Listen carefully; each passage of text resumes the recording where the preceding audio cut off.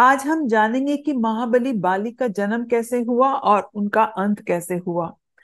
बाली और सुग्रीव के जन्म की कहानी बड़ी ही दिलचस्प है।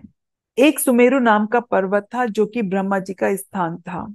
ये काफी दूर तक फैला हुआ था, करीब करीब 100 योजन, जहां पर ब्रह्मा जी तपस्या कर रहे थे। तपस्या करते हुए उनकी आंख से आंसू की एक बूंद गिरी, जो कि धरती पर गिरी, जिससे एक वानर का जन्म हुआ। तब उन्होंने वानर से कहा, तुम इस पहाड़ की चोटी पर रहोगे, कुछ समय बाद ये तुम्हारे लिए अच्छा होगा। वह वानर वहां रहने लगा और रोज ब्रह्मा जी को पुष्प अर्पित करता रहा। बहुत दिन बीत गए। फिर एक दिन रीक्ष राज वहां से गुजरे। उन्हें बहुत तेज प्यास लगी थी।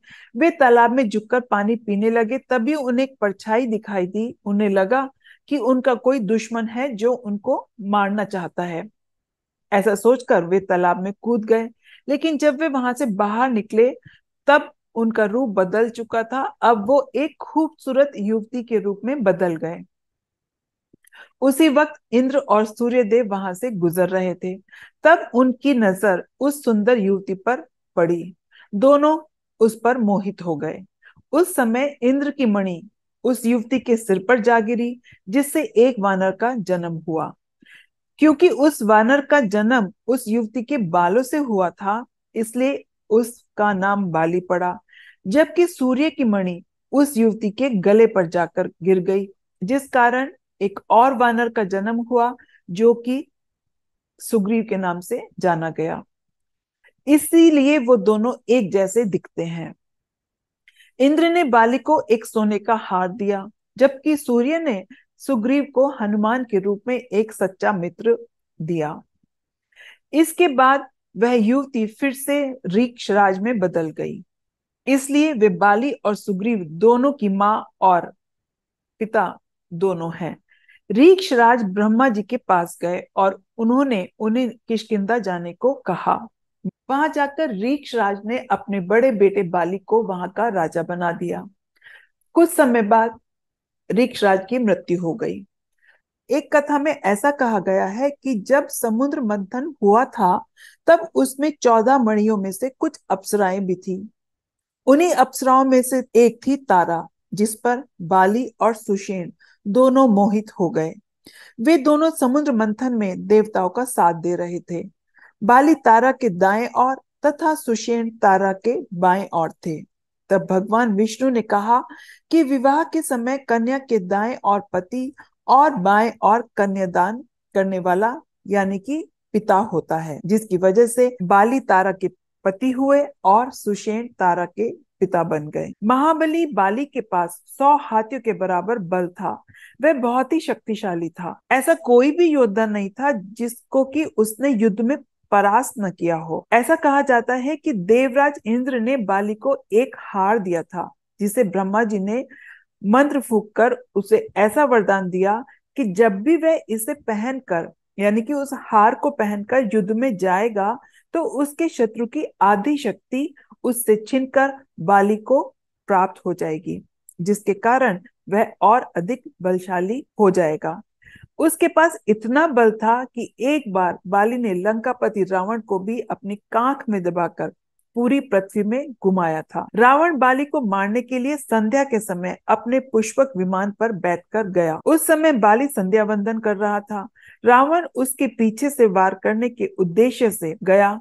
तभी बाली ने रावण को अपने ओर आते देख उसे अपनी कांख में दबा दिया और सारी पृथ्वी में उसे घुमाया। रावण बाली के बल से डर गया और उससे मित्रता करने के लिए उसने हाथ बढ़ाया।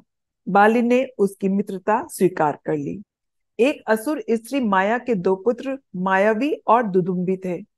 एक बार दुदुम्बी ने बाली को युद्ध के लिए ललकारा। बाली किसी की भी युद्ध की ललकार सुनकर युद्ध के लिए निकल जाता था। उसने तब भी यही किया। बाली ने दुदुम्बी को बड़ी सरलता से हरा दिया और उसे घुमाकर हवा में उछाल दिया, जिससे उसके रक्त की कुछ बूंदें ऋष्यमुख पर्वत पर विराजमान ऋषि मतंग के आश्रम पर पड़ी, जिसके कारण ऋषि मतंग ने बाली को श्राप दिया कि जब वह इस पर्वत पर या इस पर्वत के दायरे पर भी प्रवेश करेगा तब उसकी मृत्यु हो जाएगी। बाली बड़ी बड़ी पहाड़ियों को ऐसे उछालता था मानो गेंद हो। एक बार एक देर रात को दुदुम्बी के भाई मायावी ने अपने भाई की मौत का बदला बाली से लेने के लिए सोचा। उसने बाली को युद्ध के लिए ललकारा।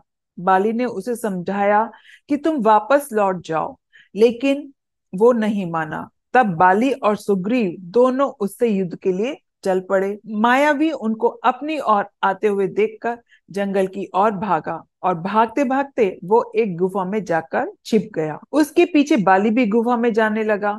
उसने सुग्रीव को गुफा के बाहर इंतजार करने को कहा और खुद गुफा के अंदर चला गया। सुग्रीव बहुत देर तक बाली का इंतजार करता रहा। फिर कुछ समय बाद गुफा के अंदर से एक आवाज आई और गुफा के अंदर से खून की धारा बहती हुई दिखी। सुग्रीव को लगा कि मायावी ने बाली का वध कर दिया। उसने सोचा कि वह किसी और को नुकसान ना पहुंचाए, तो सुग्रीव ने एक बड़े से पत्थर से गुफा का द्वार बाहर से बंद कर दिया और खुद किष्किंधा लौट गया। बाली की मृत्यु की खबर सुनकर सभी दुखी हुए। फिर उन्होंने सुग्रीव को किष्किंधा का राजा बना दिया। कुछ दिनों बाद बाली किष्किंधा लौटा और सुग्रीव से बहुत नाराज हुआ और नाराज होकर उसने सुग्रीव को राज्य से बाहर निकाल दिया और उसकी पत्नी रोमा को अपने पास रख लिया। बाली सुग्रीव को मार देना चाहता था, इसलिए उसने सुग्रीव का पीछा किया, किंतु सुग्रीव बाली के डर से ऋष्यमुख पर्वत पर जाकर रहने लगा, जहां बाली का जाना मना था। बाली ऋष्यमुख पर्वत पर जा नहीं सकता था, क्योंकि उसे ऋषि मतंग से श्राप मिला था कि वो ऋष्यमुख पर्वत के आसपास या उस पर्वत पर जाएगा तो उसकी मृत्यु हो जाएगी। तो इस तरह बाली और उसके भाई सुग्रीव के बीच शत्रुता हो गई। जब लंकापति रावण ने सीता का हरण कर लिया और श्री राम अपने भाई लक्ष्मण के साथ सीता की तलाश कर रहे थे, तब उनकी मुलाकात पवन पुत्र हनुमान से हुई। हनुमान जी श्री राम के बहुत बड़े भक्त थे। वे श्री राम को सुग्रीव के पास ले गए और उन्होंने सुग्रीव से श्री राम की मित्रता करवाई। तब सुग्रीव ने अपने भाई बाली द्वारा किए गए अन्याय के बारे में श्री राम को बताया। श्री राम उनकी बात सुनकर बाली का वध करने के लिए तैयार हो गए। सुग्रीव को श्री राम के बल के बारे में संदेह था कि वो बाली को मार पाएंगे या नहीं। तब सुग्रीव ने श्री राम को बाली के बल के बारे में बताया। श्री राम ने सुग्रीव से कहा कि मैं आपको अपने बल का कैसे यकीन दिला सकता हूँ। सुग्रीव श्री राम को उन 7 पेड़ों के पास ले गया जिसे बाली ने एक बार में ही गिराया था। सुग्रीव ने श्री राम से कहा, जो इन 7 पेड़ों को एक ही बाण से भेद सकता है वही बाली का वध कर सकता है। श्री राम ने सुग्रीव की इस बात को स्वीकार किया और अपने एक बाण से उन 7 पेड़ों को गिरा दिया। अब सुग्रीव को पूर्ण तरह से विश्वास हो गया कि श्री राम बाली को अवश्य मार सकते हैं। सुग्रीव ने माता सीता को खोजने के लिए अपने और अपनी सेना के साथ देने का वादा किया।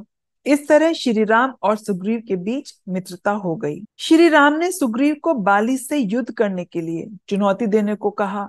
सुग्रीव किष्किंधा जाकर बाली को युद्ध के लिए ललकारता है।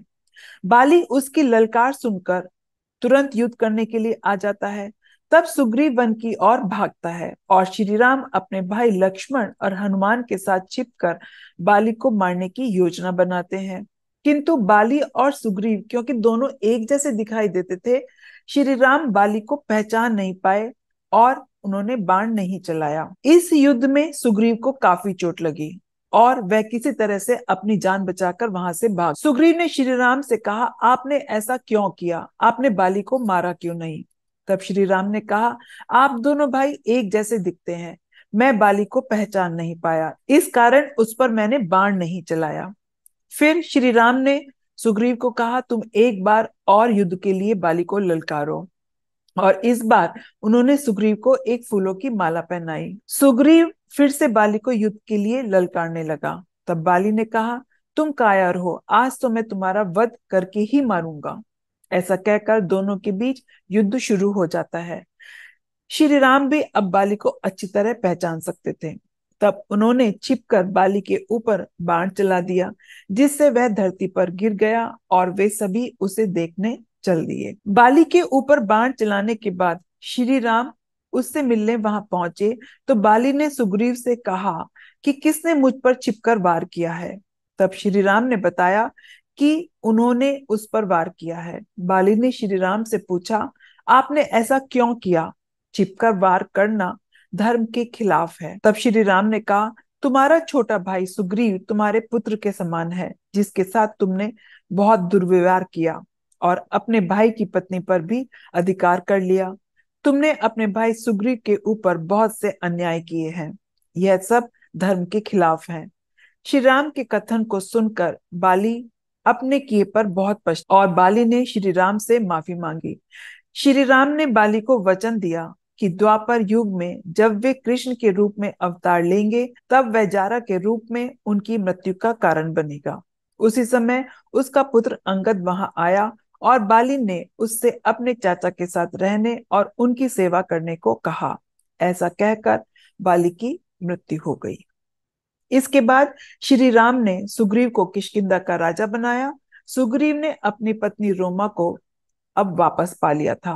बाली के पुत्र अंगद को किष्किंधा का युवराज घोषित कर दिया गया। सुग्रीव और उसकी सेना ने श्री राम की पत्नी सीता को खोजने के लिए उनका साथ दिया। वे सभी उनकी खोज के लिए लंका की ओर चल पड़े। तो इस तरह श्री राम द्वारा महाबाली का वध किया गया। जय श्री राम।